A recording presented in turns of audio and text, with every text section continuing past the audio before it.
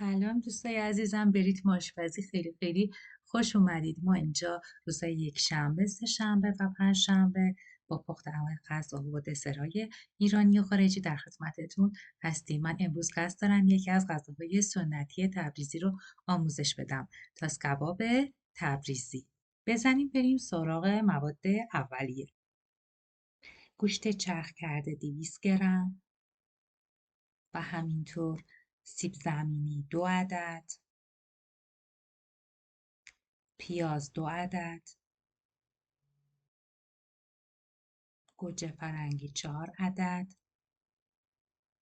و همینطور رب گوجه فرنگی 2 قاشق غذاخوری، زعفران دم کرده به میزان لازم، کره به مقدار لازم، نمک، فلفل سیاه، زردچوبه و ادویه غذایی به مقدار لازم. حالا ابتدای کار من پیازها رو حلقه‌ای برش میزنم. دقت داشته باشی که سعی میکنم نازک باشم و زیاد در واقع کلوف نشه. اینکه نازک باشه خب باعث میشه که خوب سرخ بشن داخل روغن و طعم بهتری رو هم داشته باشن داخل غذا. حالا من داخل یه تابه کرم رو ریختم و اجازه میدم که ذوب بشه و بعد از اینکه ذوب شد در واقع پیازهامو داخلش میچینم. پیازها چون نازک در واقع برش خوردن خیلی خوب داخل این روغن سرخ میشن. شما میتونید به جای کره حتما از روغن مایع هم استفاده کنید. حالا تا اینا سرخ بشن من توی ظرف دیگه به گوشتم یک مقداری پیاز اضافه میکنم. پیاز رنده شده، یه مقدار در حد 1 قاشق باشه کافیه و این برای اینه که بوی ذوقش گرفته بشه قبل از اینکه در این غذا استفاده بشه. یه مقدار هم ادویه غذایی بهش میزنم. ادویه غذایی ترکیبی از زردچوبه، فلفل سیاه، پودر جوز هندی، پودر میخک، دارچین، هل و زیره سیاه و سبز هستش. ولی من اینو به صورت آماده از عطاریا تهیه میکنم و به غذام اضافه میکنم. حالا که پیازهای مقداری سرخ شدن من گوشتامو بهش اضافه میکنم. من سعی میکنم خیلی منظم گوشت ها رو به صورت گرد در بیارم و روی این پیاز هم بذارم. پیازها خیلی شکل منظمی الان دارن، به صورت حلقه‌ای هستن و گوشتامو به صورت گرد روشون میچینم. همینطور یک لایه پیاز، یک لایه گوشت و دوباره یک لایه پیاز و یک لایه گوشت رو بهش اضافه میکنم. حالا شما اگه خواستین یک مقداری پیازها رو کلوفتر در نظر بگیرید، برش هاتون کلوفتر باشه تا هم وا نره و همین که راحت‌تر بعد بتونید سروش کنین. ولی اگه بخواین خب طعمش بهتر بشه باید اینها کاتشون خیلی در واقع خیلی نازک باشه. من لایه دوم پیازها رو توی یک تابه دیگه سرخشون کردم یک مقداری و دوباره روی اینها چیدم. شما میتونید بدون اینکه سرخ بکنید در واقع بیاید بذارید روی همین گوشتاتون لایه دوم رو، یا اینکه مثل من توی تابه دیگه سرخشون بکنید بعد دوباره بچینید روی همین گوشتاتون. خب من یه لایه دیگه از گوشت‌ها رو هم روی پیازها قرار دادم و الان این کارش تموم شد. من میرم سراغ تهیه یک مایعی که توش ادویه باشه. اینطوری بهتره، نمیخوام ادویه رو مستقیم اضافه کنم. من یک مقدار ادویه غذایی رو ریختم توی لیوان، بعد یه مقدار فلفل سیاه ریختم و الان یه مقدار آب بهش اضافه میکنم و داخلش اینا رو هم میزنم تا کامل ترکیب بشه و بعد این ترکیبمو میام میریزم داخل این غذا.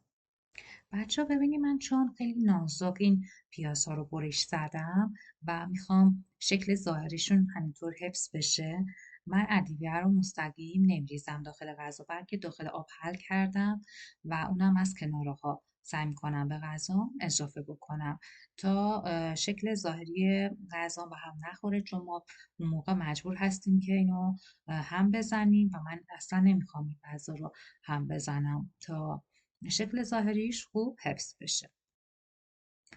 حالا بعد از اینکه ادویه ها رو به غذا اضافه کردیم در ظرف رو میذارم و میذارم که خوب بپزه. حالا ما 2 تا سیب زمینی داشتیم. من این سیب زمینی ها رو برش میزنم و سعی میکنم که زیاد کلوف نشه و مناسب باشه برای این در واقع تاس کبابمون. پس بعد از اینکه برش زدم داخل همون تابه‌ای که داشتم و قبلا توش پیاز سرخ کرده بودم میریزم و میخوام که اینها یه مقداری سرخ بشن، هم باعث خوش‌طعم شدنش میشه، هم شکل ظاهری بهتری خواهد داشت. پس من اینها رو یه مقداری، نه زیاد، در حد چند دقیقه سرخشون میکنم و بعد به غذا میخوام که اضافه کنم. همطور که میبینید همین که یه طرفش یه کوچولو سرخ شد، من برش میگردونم و طرف دیگرش رو هم یه مقداری سرخ میکنم. گفتم زیاد لازم نیست که سرخ بشه، ولی همین که یه کوچولو سرخ بشه کافی. من الان یه مقدار زردچوبه به ترکیبم اضافه میکنم. زردچوبه رو سعی میکنم به آرومی توی این آب حل کنم که ترکیبم به هم نخوره. البته میتونست اینو از اول، همون موقع که ادویه ها رو داشتم اضافه میکردم داخل آب، همون موقع هم اضافه کنید. بعد دربش رو میذارم و اجازه میدم خوب بپزه. بعد از اینکه یه مقدار پخت و دیگه پیازها رو دیدید که کاملا پخته، اون موقع میتونید سیب زمینی های سرخ شده رو که یه مقداری سرخ شدن البته بهش اضافه کنید. تو این مرحله من میرم سراغ خرد کردن گوجه ها، چون پیاز هستش که زیاد به پخت احتیاج داره. یعنی ترکیب اصلیم که به پخت احتیاج داره پیازه و سیب زمینی خیلی زود داخل این ترکیب پخته میشه. همینطور گوجه فرنگی. پس من گوجه فرنگی رو آخر اضافه میکنم، موقعی که دیگه تقریبا سیب زمینیامم پخته شده و اجازه میدم چند دقیقه کافیه تا گوجه ها خوب بپزن. و الان اون مرحله است که زعفرونم رو اضافه کنم. زعفرون آخر سر میریزم که هم طعمش، عطرش و رنگش رو تغییر بده و خیلی جالب میکنه. الان ببینید من رب رو میزنم. رب رو داخل آب حل کردم و به این ترکیبم دارم اضافه میکنم، ولی دقت داشته باشی که رب اگه اول زده بشه باعث میشه که بقیه مواد خوب نپزن. الان دیگه این ترکیبم کاملا آماده است. همین که آبش کشیده بشه من میرم برای سرو.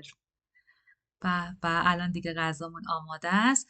من داخل ظرف کشیدم و تقدیمش میکنم خدمت شما دوستای عزیزم. این غذا بسیار غذای مقوی و سالم و خوبیه. تمام ترکیباتش ارزش غذایی بالایی دارن، در ضمن خیلی خوشمزه هم هست. امیدوارم درست کنید و ازش لذت ببرید. دوستای عزیزم، اگه از این برنامه خوشتون اومد و پسندیدید لطفاً با لایک و سابسکرایب منو حمایت کنید.